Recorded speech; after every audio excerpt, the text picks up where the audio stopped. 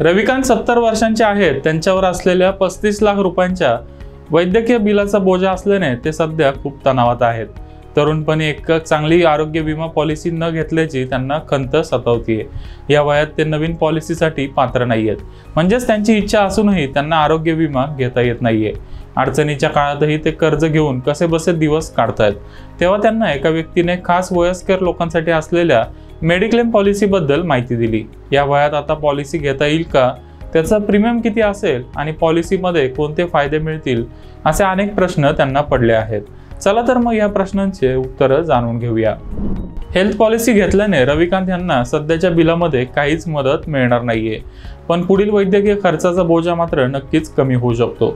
2017-18 मध्ये भारतातल्या 60 वर्षांपेक्षा जास्त वयाच्या लोकांपैकी केवळ 5.2% लोकांकडेच विमा संरक्षण होतं। या विम्यात आउटपेशंट आणि इनपेशंटचे बिल कव्हर होतात। आउटपेशंट म्हणजे रुग्णालयाच्या बाहेर आजारावर झालेला खर्च आणि इनपेशंट म्हणजे रुग्णालयात ॲडमिट केल्यावर झालेला खर्च। अशी माहिती आरोग्य आणि कुटुंब कल्याण मंत्रालयाच्या अहवालानुसार मिळाली आहे। या अहवालावरून वृद्धांसाठी आरोग्य विमा किती गरजेचा आहे याची माहिती मिळते।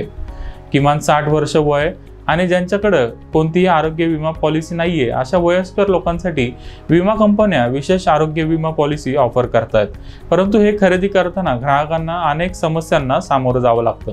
60 वर्षांवरील 34.6% लोकांना हृदयविकाराचा त्रास आहे, तर 32% लोकांना हाय ब्लड प्रेशर, 18.8% लोकांना गुडघेदुखी आणि सांधेदुखीचा त्रास आहे, तर 55% लोकांना मोतीबिंदूचा त्रास आहे। अशी माहिती आरोग्य मंत्रालयाच्या अहवालानुसार मिळते।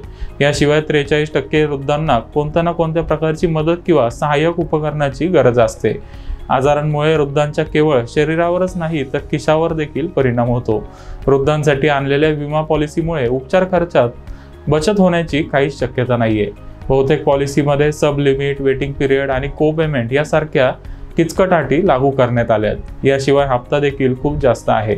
उदाहरणार्थ star health senior citizens red carpet health insurance पॉलिसीमध्ये 1 लाख ते 7.5 लाख रुपयांची सम इन्शुर्ड आहे।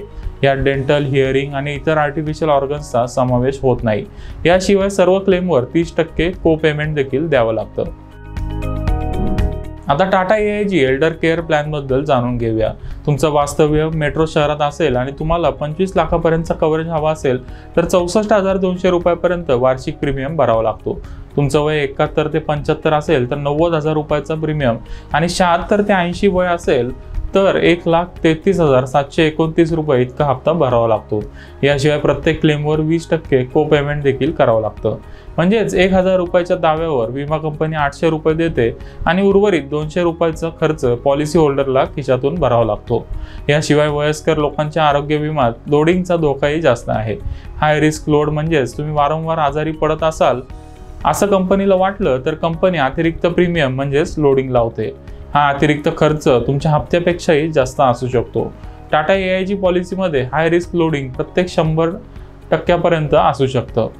जीवन विम्याच्या तुलनेत आरोग्य विम्याचा हप्ता व्यक्तीच्या वयानुसार वाढतो, अशी माहिती retirement planning expert Sanjeev Dawar यांनी दिली आहे। अनेक महागड्या उपचारांमुळे विमा संरक्षणाचा फायदा घेता येत नाही, त्यामुळे तरुण असतानाच कॉम्प्रिहेन्सिव्ह हेल्थ इन्शुरन्स पॉलिसी घेतली तर आजार झाल्यावर तुम्हाला लोडिंग लागणार नाही। तसेच आपण घेतलेला मेडिक्लेम आता पुरेसा आहे, पण भविष्यात तो पुरेसा असेल का याचा नेहमी विचार केला पाहिजे।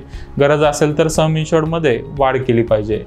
मेडिक्लेम खरेदी करताना काटकसर करू नये, नाहीतर मग ही काटकसर महागात पडू शकते।